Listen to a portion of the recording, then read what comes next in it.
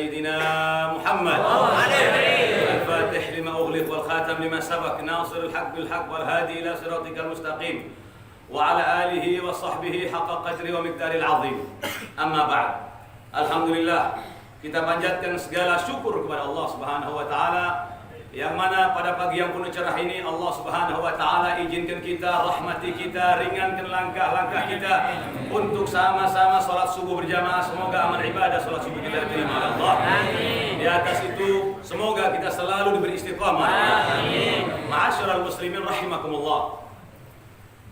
Ada satu hadis, apabila seseorang merenungkan, menghayati makna hadis ini dan mengamalkan, hadis ini adalah kunci keberhasilan di dunia dan di akhirat. Rasulullah sallallahu alaihi wasallam bersabda, "La yakhafanna al-'abdu illa dhanba, wa la yarjuwanna illa rabbah." Dua kalimat yang sangat ringan, tapi satu kalimat ini sama timbangannya seperti gunung-gunung yang menjulang tinggi, saudara. Apa maknanya, Beb? La yakhafanna al-'abdu illa dhanba. Janganlah kalian takut kecuali kepada dosa yang kalian lakukan. Karena seseorang yang melakukan dosa berarti sudah melanggar peraturan yang membuat, yang melarang, yang menjadikan dosa, perbuatan itu menjadi dosa, yaitu Allah Subhanahu wa taala. Saudara, jangan takut masa depan anak-anak sampean. Jangan takut jodohnya, jangan takut rezekinya, jangan takut rezeki anak-anak kita, jangan takut bagaimana nanti kita hidup ke depan, jangan takut bagaimana kita nanti di barzah, jangan takut nanti kita di akhirat. Tapi yang harus kita hati-hati adalah dosa. Karena dosa ini sumber malapetaka, sumber penyakit, sumber kemiskinan, sumber musibah. Sampai tidak usah takut dengan masa depan sampean, masa depan kita semua di tangan Allah Subhanahu wa taala. Tidak usah takut masa depan anak-anak kita, jodoh anak-anak kita, semuanya di tangan Allah Subhanahu wa taala. Tidak usah takut bagaimana rezeki sampean ke depannya, bagaimana sampean nanti akan hidup. Tidak usah takut, serahkan kepada Allah karena semua di tangan Allah. Karena dosa ini yang dilakukan oleh seorang hamba, ini yang menyebabkan malapetaka, ini yang menyebabkan musibah, ini yang menyebabkan kehancuran dalam hidup seseorang. La yakhafanna al-'abdu illa dhanba. Apa dosa ini, Bib? Dosa sebagaimana yang dijelaskan oleh Rasulullah sallallahu alaihi wasallam. Ma haka fi sadrik wa karihta ay yattali'a alaihi an-nas. Dosa itu yang membuat gelisah di dalam hatimu. Gelisah saat kau melakukan dosa itu, gelisah saat kau mengerjakan dosa itu adalah dosa dan kau tidak suka orang lain melihat perbuatanmu itu. Seseorang, saudara, apabila sudah melakukan dosa, berarti dia sudah tidak takut dengan yang menciptakannya, dengan Allah Subhanahu wa taala. Hakikatnya kita takut kepada dosa adalah takut kepada Allah Subhanahu wa taala. Hancurnya seseorang, hancurnya masa depan seseorang karena disadari atau tidak disadari, diakui atau tidak diakui, karena dosa-dosa yang dilakukannya. Dosa itu ada yang dikerjakan, ada yang tidak dikerjakan. Dosa yang dikerjakan apabila seorang melakukan dosa yang paling besar adalah asyirku billah, menyekutukan Allah, tidak menyembah kepada Allah. Ini dosa yang paling besar, saudara. Setelah itu qatlun nafas, membunuh tanpa ada kebenaran, dan minum minuman keras, berzina, sihir, riba, namimah, berbohong. Ada dosa-dosa besar tanpa kita lakukan, kita tinggal, kita tidak mengerjakan, tapi itu dosa besar. Seperti seseorang yang meninggalkan sholat, dosa tidak? Dosa tidak? Dosa. Padahal sampai tidak mengerjakan apa-apa, meninggalkan ini juga termasuk dosa besar. Orang meninggalkan puasa, ini juga dosa besar, saudara. Ini macam-macamnya dosa. Kalau sudah dilakukan, maka orang ini akan berubah hidupnya. Kalau sudah melakukan dosa ini, saudara, akan berubah hidupnya. Kenapa, saudara? Dalam satu hadis sahih, yang diriwayatkan oleh a'immatul hadis. Banyak yang meriwayatkan hadis ini, di antaranya Tirmidzi, wa sahahahu Ibnu Hibban, wa Hakim. Apa hadisnya, Beb? Di situ dijelaskan, innal 'abda la yuhramu rizq bidzambi yusibuhu. Sesungguhnya seorang hamba akan terhalangi dengan rezekinya karena dosa yang dilakukannya. Karena dosa yang dilakukannya, rezekinya ditahan oleh Allah Subhanahu wa taala. Allah berfirman di dalam Al-Qur'an, wa fis samaa'i rizqukum wa ma tu'adun. Di langit Allah taala persiapkan rezekimu, rezeki kesehatan badanmu, rezeki hidayah, rezeki pola pemikiranmu, rezeki ilmu yang kau dapatkan, rezeki banyak sekali. Begitu seseorang melakukan dosa, ditutup pintu rezekinya oleh Allah Subhanahu wa taala.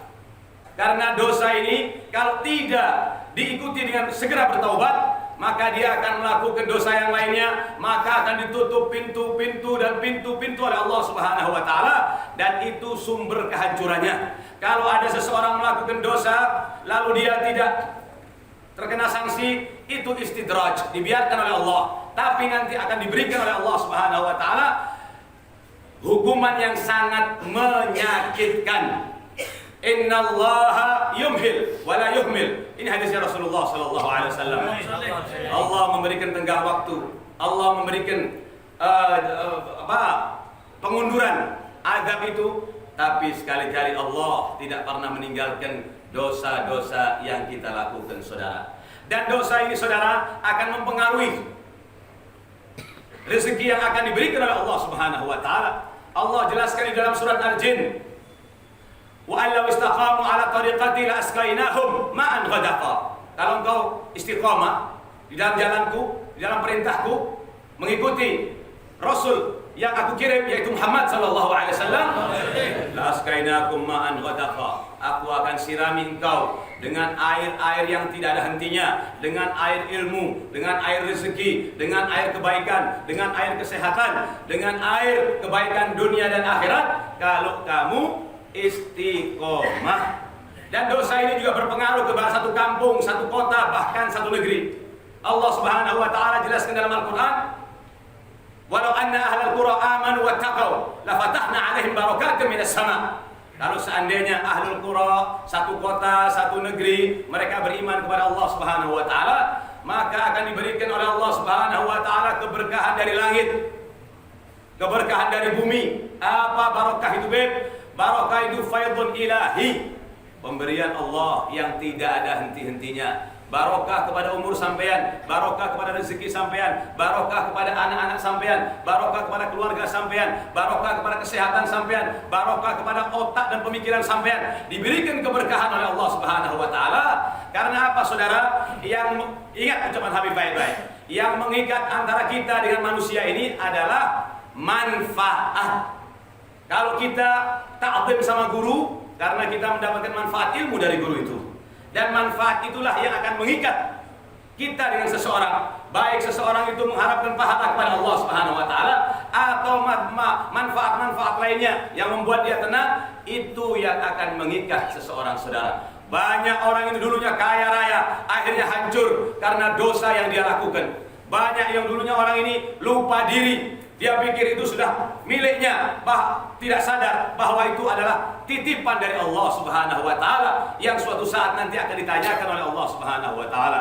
Tidak ada pilihan lagi, saudara. Kalau saudara mau bahagia, kalau saudara mau nyaman, kalau saudara mau anak-anak kita hidup berbahagia dan hidup berhasil, jauhi dosa-dosa yang dilarang oleh Allah Subhanahu wa taala.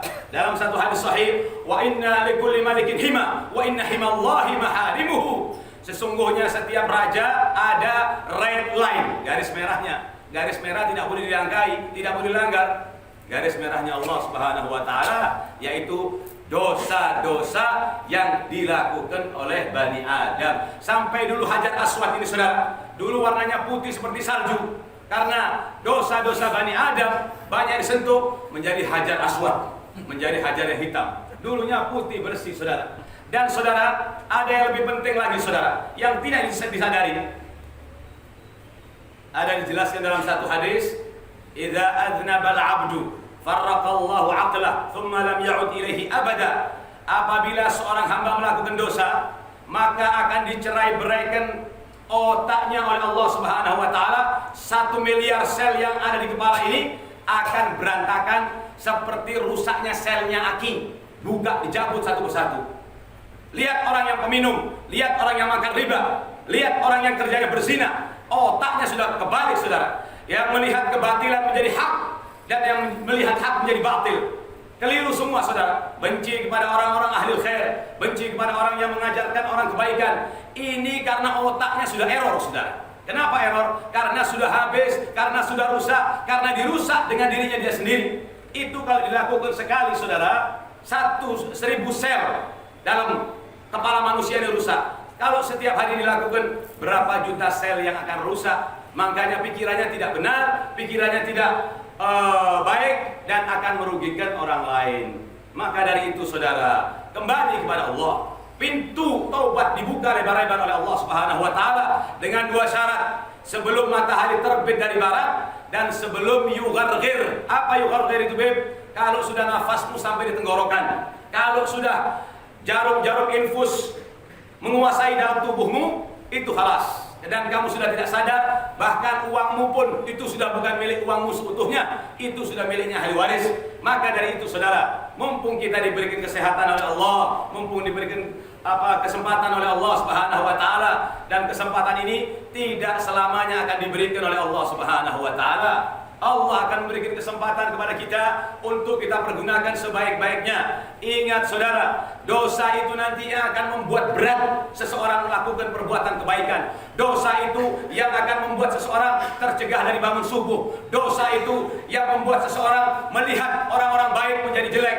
Dosa itu pula, saudara, yang akan menggelapkan hati seseorang. Kalau sudah hatinya gelap, sesuatu yang di depannya terang benderang akan kelihatan gelap. Tapi kalau seseorang hatinya terang, hatinya munawwar, maka ada nur cahaya dalam hatinya. Dia akan melihat di sekelilingnya akan indah, di sekelilingnya akan baik, karena hatinya sudah menjadi baik. Mudah-mudahan kita diberikan panjang umur oleh Allah Subhanahu wa taala, diberikan sehat wal afiat, diberikan istiqamah oleh Allah Subhanahu wa taala. Mudah-mudahan anak-anak kita semua dijaga oleh Allah Subhanahu wa taala, dijadikan anak-anak yang saleh dan salehah.